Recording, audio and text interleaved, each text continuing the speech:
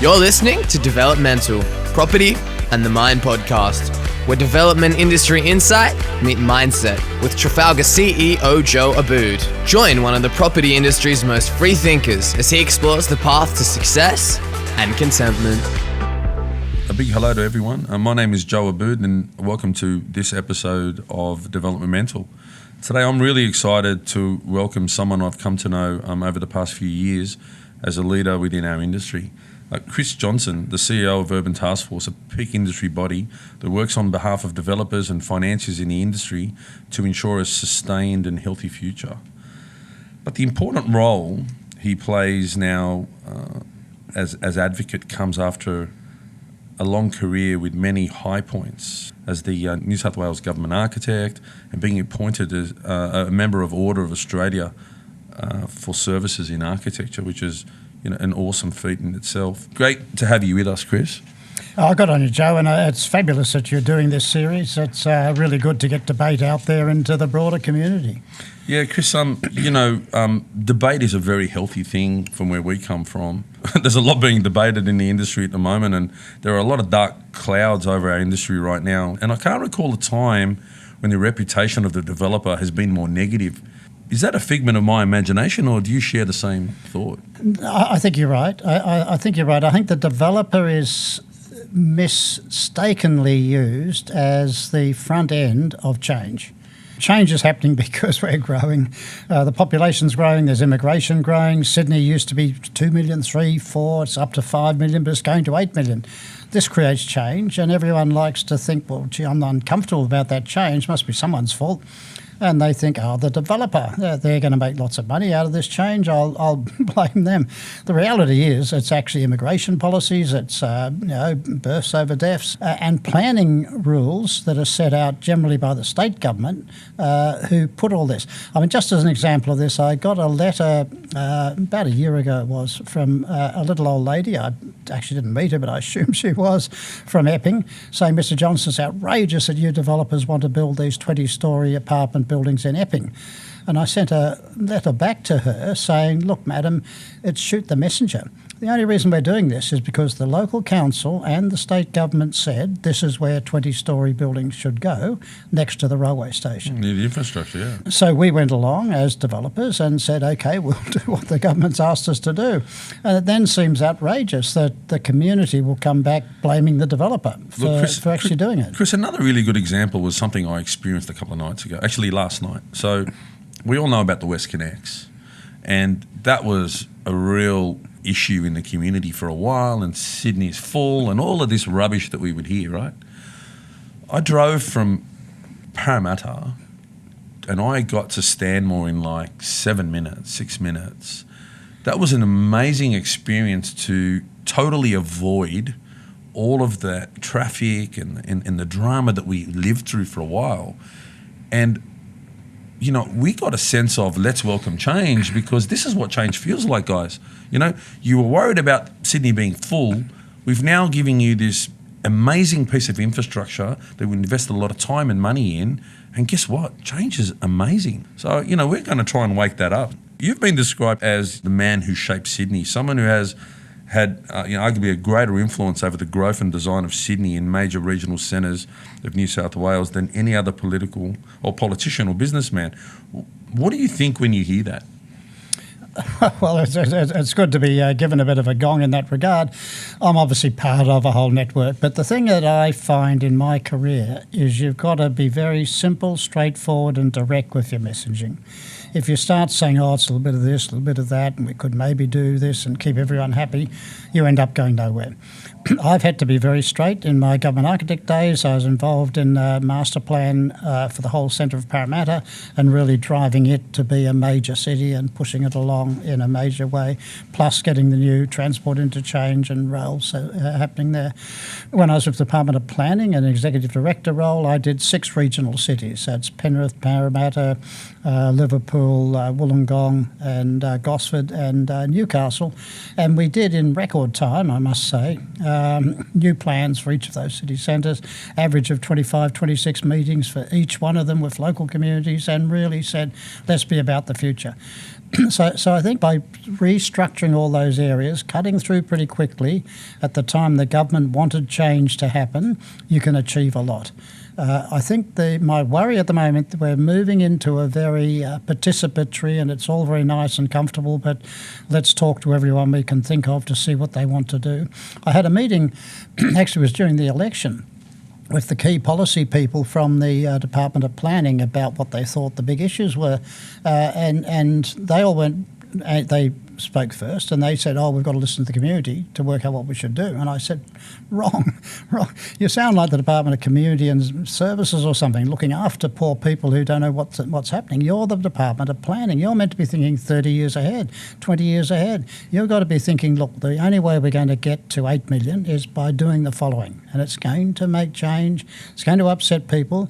And you've got to get those messages across to the community, not sit back and listen, saying, community, tell us what to do. Well, leadership's a real art, Chris, and I don't think it's for everybody. And the problem is that we've got potentially some of the wrong people leading here, right? And what I find really interesting is you've sat on both sides of the fence, right? So you've been sitting in that government architect position and working with the Department of Planning, and looking up at you guys, in growing up in the industry from a very young age. We used to aspire to see people like you in that position, and you guys have affected change in a really, really, really good way. We feel that that's sort of changing at the moment, and we're going back to that old status quo of the public servant and where they come from and how they've come to be in positions of power. And we seem to be going backwards. You've been on that side of the fence before, and you've sat in that position working with and for government, right? How do you handle the polar opposite of that position right now, where you're advocating for industry and we're trying to come back and back? I find that a real interesting dynamic. How do you manage that? Well, look, you're spot on. It's very interesting that when I was in government architect, executive director, Department of Planning, I must admit I was relatively suspicious of the development world. They were thought to be just out to make money, to make it all happen quickly, to go higher than they possibly needed to. Since I've had this role, though, as CEO of the Urban Taskforce over 7 or 8 years, quite a long time, I've learnt exactly the opposite is true. That the poor old risk-taking developer out there trying to make a project happen has to battle through a whole series of fairly left-thinking, public domain focused, mid-level bureaucrats, MLBs I call them, mid-level bureaucrats, who control the world. No one ever knows their names, but they get in there and say, no, we don't quite like it. It's too high, it's too fat, it's too this, that and the other and things. And I think, and they think deep down that they're acting on behalf of the community. How we define the community, I think, is an impossibility. I think people got it totally wrong. They just let the wrong people become the community.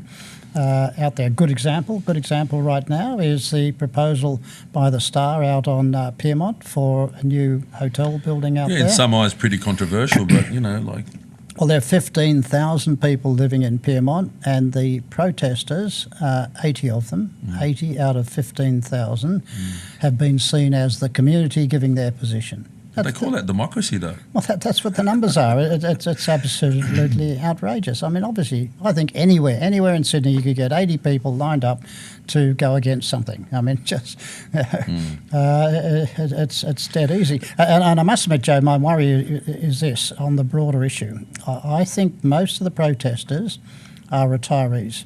I think that a lot of baby boomers have come through an incredible wealth accumulating period in their lives. Their properties have gone up, their houses have gone up, they're going really well. Don't say it too loud, they might tax you for it.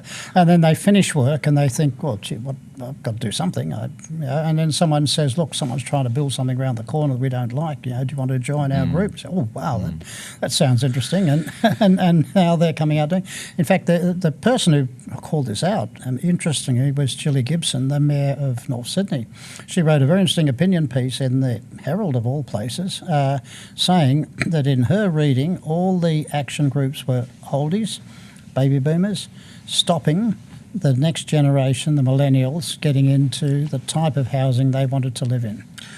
Look, in my time growing up in the industry, one of the things that was really, interesting in my time was I went through a period where I was able to just go into a local council, sit with the local town planner, pull out a red pen with my application. But it's very pragmatic, right? We used to sit down and he'd say to me, young Joseph, we're going to move this wall 500 mil. We're going to delete that window because it's a problem with a red pen, mind you. Mark up the plan, pull out the rubber stamp, and he would stamp it and say, in the next 7 days, you'll get an approval, right? Maybe it's time to take a more human approach to this whole planning system that we've got. We need to declutter it. I think we need to simplify the process, to take away those layers, those hundreds of layers of legislation that exist, and just go back to basic principles, right? So I had a thought this morning. What if you and I somehow found a way to put out a council challenge, right? Let's find a council out there that's willing to change its approach for a period of time. Let's call it a social challenge. Let's try it. Let's go back old school. Let's do it the way we used to do it. We used to pull out that pen and paper. It's okay to come and have a conversation with the planner. It's okay to just do it the way we used to. Let's take away that stigma. Let's take away that fear that everybody seems to live with and through. And let's see if we can get an application done in a decent time frame. Let's create a win-win situation for this applicant with the council. And I know it's only one part of the council process being the development world, but I mean that's the world you and I live in on a day-to-day basis, yeah?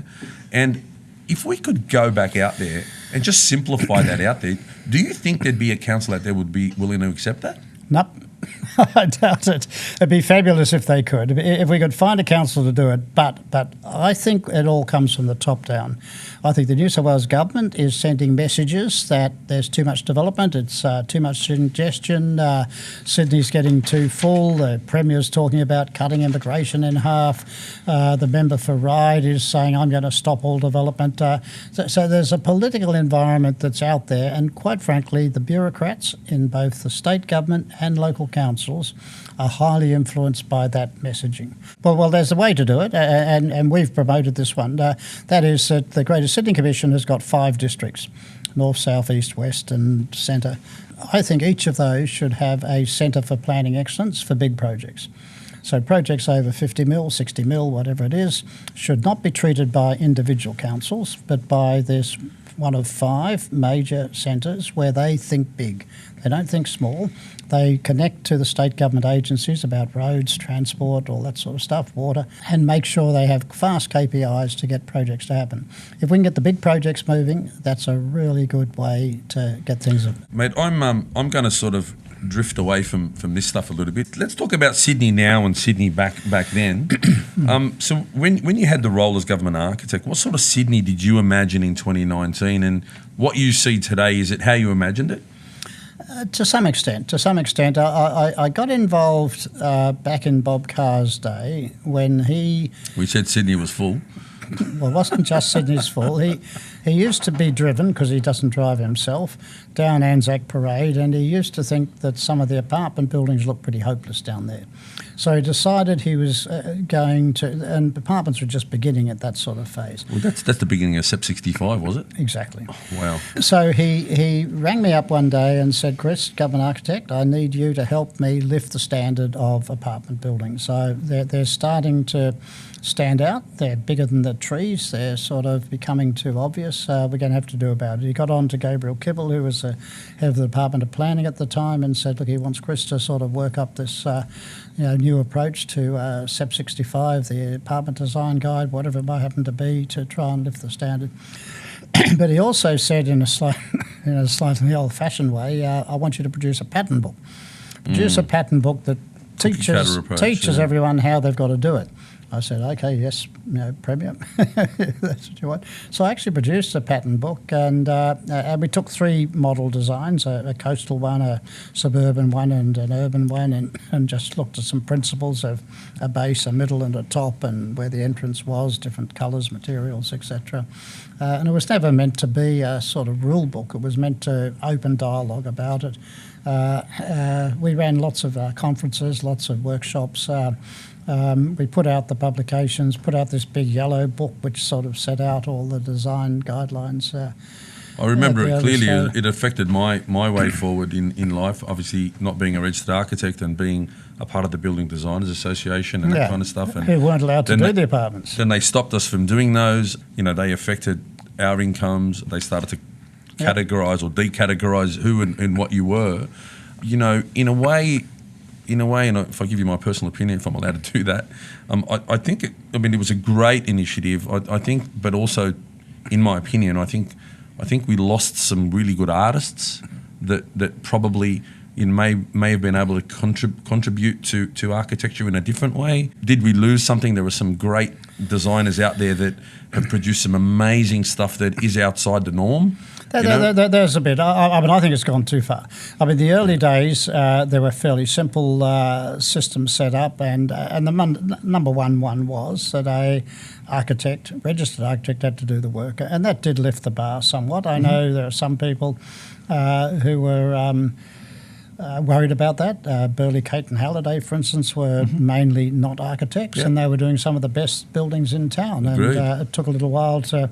I mean, they actually managed to get registered and moved into the sort of system. It's lifted the bar, there's no doubt. I think the way to do it is have two paths. You know, there's a regulated path, and that's probably a bit boring but safe, and there should be an innovation path.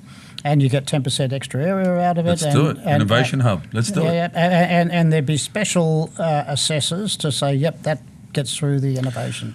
But then who's assessing is going to be the next problem. And if they're just architects, well, this is not the way we normally do it. And look, I mean, that's the old argument that we're always going to run. Yeah? I'd be happy to do it. Okay, I'm happy to join you. How's that? So Sydney 2029, paint me a picture. Well, there'll be a Stacksmore high rise. Why did I know that was going to be your direct response? But look, I agree with you. And Stacksmore apartment living. The sky's the limit. Part of the drama that's happening about the big debate about congestion, about overdevelopment, whatever, is that there's a change of character happening. We used to be a suburban city. For 3 million, 4 million, you can make that work. As you get to 5 million, it gets pretty hard. Used to be King's Cross, had a few weirdo sort of apartment type buildings, but it's now become mainstream. The 2016 census, 30% of homes in Sydney are apartments. So it's now 3 years on, probably a third. So a third of Sydney-siders live in apartments. Now that's threatening the other 2/3. They're thinking, shit, when it was just round the corner. You're allowed to say that word on this show. It's good. when a few of them round the corner, we couldn't quite see it, we didn't worry. But now it's getting closer. It's real. There's a different type of living that's actually happening here. We're worried about it. We've done a lot of research on this, however, and there are some really fabulous things that a lot of people prefer this lifestyle. For instance, it's the average apartment's about $400,000 cheaper than the average house. And the Australian house, particularly the Sydney house, is one of the most expensive in the world. It's also one of the biggest in the world. So we've gone way below our means. So the next generation just can't get the money to move into these big houses, I don't think. So a lot of them are saying, well, look, I could either live in a house way over there or an apartment closer by. So I think people are trading off location for price is not a bad thing. Also, I think we've moved into a sharing society approach, looking at Uber, Airbnb, all these sorts of things. So a lot of people, particularly post the GFC in America, where people were sort of encouraged to borrow, get a bigger and bigger house, more boats, more cars, more whatever, and then bang, it all collapsed, thinking, well, look, all I do is need access to a car, access to a boat, access to a gymnasium, access to a swimming pool, and that's what this more urban apartment living does. It means you've got a smaller place that you live in yourself, but you've got access to a swimming pool, access to a gymnasium. I live in an apartment down at Walsh Bay. I've got access to a swimming pool, access to a gymnasium, access to coffee shops, everything you can actually possibly work. And I walk to work each day, back again, so I'm fitter. And we've got all the amenities we want. Well, that was leading on to my next question is, like, what do you do for your work-life balance? I think the apartment-style living is definitely one that encourages that. You know, it doesn't just sort of like make you sit within your four fences, at home on your block, and you get to interact more and you get to go into your shared services and your facilities. But, what's your favourite pastime? What do you do to sort of keep that balance up in your day? Well, I do a lot of walking. We've had a series of lectures from different groups, including the Heart Foundation. They believe that the best form of living is something that makes you walk more. And they say apartments are where people walk more than if Because you've got to walk in and out of your corridor. Well, no, if you want to get your milk, you just walk down, you go down and get the milk. Yeah, if you're it's in all a local. house somewhere, you've got to get in the car and drive down to get the milk or a loaf of bread or whatever. So what's happening, just look at Woolworths. Woolworths are now doing these small... Express, Woolworths Express and Coles Express, yeah. Yep, and they do them for walking communities, not drive-in. Yeah, they're basket-style stores, Yeah, so yeah. they're not a trolley centre, you know? That's right. So the previous model was big drive-in car parks. You do all that. That's the suburban model. They're now doing urban models, much smaller, but with very smart food, takeaway foods, gourmet type stuff. They understand who the market is, and it's walkable community type stuff. So walking's becoming a major thing. So I think this swing is at a crucial stage at the moment. When it's 1/3, 2/3, is where the tension occurs. When it was 10%, 90%, no, I'm worried. But and That's the that's thing why about change. That's that other thing about change. Everybody's afraid of it until it happens, and after it happens, everybody's grateful for it happening. So that's it. Look, I've been down that path a few times. I mean, I'll tell you one example. I designed, when Bob Carr was Premier, he wanted to do something with the Conservatorium of Music, the old Francis Greenway stables out on Macquarie Street, and we designed a fabulous thing that actually restored it back to what it really was in earlier days by removing buildings that block the Greenway building and things. But the National Trust protested, there were protest rallies, the Building Labourers Union put a green ban on it, tried to stop the whole project, and everyone thought doom, gloom, terrible project. When the whole thing was finished, everyone thought it was fabulous. There was no problem at all. Everyone's a historian, you know. Sounds like our valuers, yeah? That's the way they value things. One moment or event that changed your life forever? Moments and events that changed my life forever. One that did change things fairly dramatically was where I was kicked out of the Department of Planning. The best people, that's what happens to them. It's that fear thing again, yeah? They don't necessarily survive in the Department of Planning, but I remember I had to apply for they restructure it now, then you got to apply for your job, and I think the title of it was Urban Design or something or other. But then when I was told at the end of the day I hadn't got my job, I asked them why not, and they said, we changed the title to be Executive Director of Urban Design and Chief Counsel. You had to have a law degree. And I said, well, no one told me when I was going for this. As well, sorry about it, but you didn't get the position and things. And that threw me out into the private sector. But that seems like it was a blessing in disguise. It was. No, that was good. It was good. It opened me up into a whole lot of stuff I was doing. Gave you freedom, I would think. Yeah, no. Well, what I decided overnight, for the first year I was going to double my salary. And that's exactly what I did. Well, every cloud's got a silver lining, as they say. Mate, my final question to you is, if you could sum up Sydney in 3 words, what would they be? Well, I think urban, I think apartments, but I think also green. I think we've got to mix these urban, the apartment and the green together in ways that keep the essence of our Australian lifestyle, which does connect to landscape, flowing through our more urban and denser environment as it goes along. So I think urban is going to be the future, not for everybody, but for a whole lot of people. If we don't grasp it and drive it, we're going to be in a bit of a mess. I think the apartment is the best way for that to occur, and we've got to fix up some of these construction issues that are bouncing around at the moment, can build them better, make all that work a lot better. But then I think green's essential. I think the community generally does like to see trees, vines, flowers, these sorts of things, and they can be incorporated into buildings. And I think so. This is the next generation, I think, as to how we do it. When I was government architect, I was challenged to produce my own version of apartments in Green Square, Victoria Park, and I designed what I called garden apartments. So I made it not just lots of horizontal lines, but a checkerboard pattern going up and down, 2-storey apartments with big balconies coming out, all with big gardens, trees even on them and things like that. Yeah, that was pretty prominent in SEP 65, the garden apartment. Yeah, so when you looked at it from outside, it looked like individual houses stacked up on top of each other, and it looked green and garden. Mm-hmm. And what I was trying to do was take the reference from the suburban ideal a lot of people say is what they want into a more high-rise version. And I think we can do that. If you could have one thing done or completed before we go to meet our Creator, what would that be? I think a new planning system would be good. That's like Moses moving the water, mate. I don't even know if that's possible, is it? Well, no, it's essential. It's essential because, see, I think I've mentioned that because we're at this threshold, 2/3, 1/3, there's a lot of tension. No one wants to make change. Therefore, we're going to mess it up, quite frankly. I think we need a more autocratic phase to get over this threshold. If it's too democratic, all the naysayers are going to say, let's not make any change. To do that is not very easy with our political system. And currently the Minister for Planning is very democratic and wants to let people decide, which means not much is happening. We thank and appreciate your time and effort here today. Mate, we need more people like you in the industry and in the world. I want to thank you so much for your time today. It's an honour and a privilege for me to have you sitting in our chair here. And I hope we get to do this again sometime soon. In a better light, maybe we can talk about the change of the planning system. Look, Joe, it's been good to have this discussion.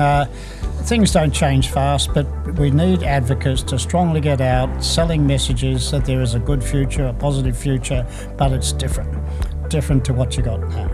And don't be afraid to change. And people have got to grasp that. And the reality is when they get there, they'll think, yep, it is. And I'll bet you any money you like, our light rail system going down George Street, once it's all operating and up and running, everyone says, wow, isn't it great? Yeah, look, that's what happens. Yep. Thank you again for your time. Thanks, Joe. That was awesome. Thank you.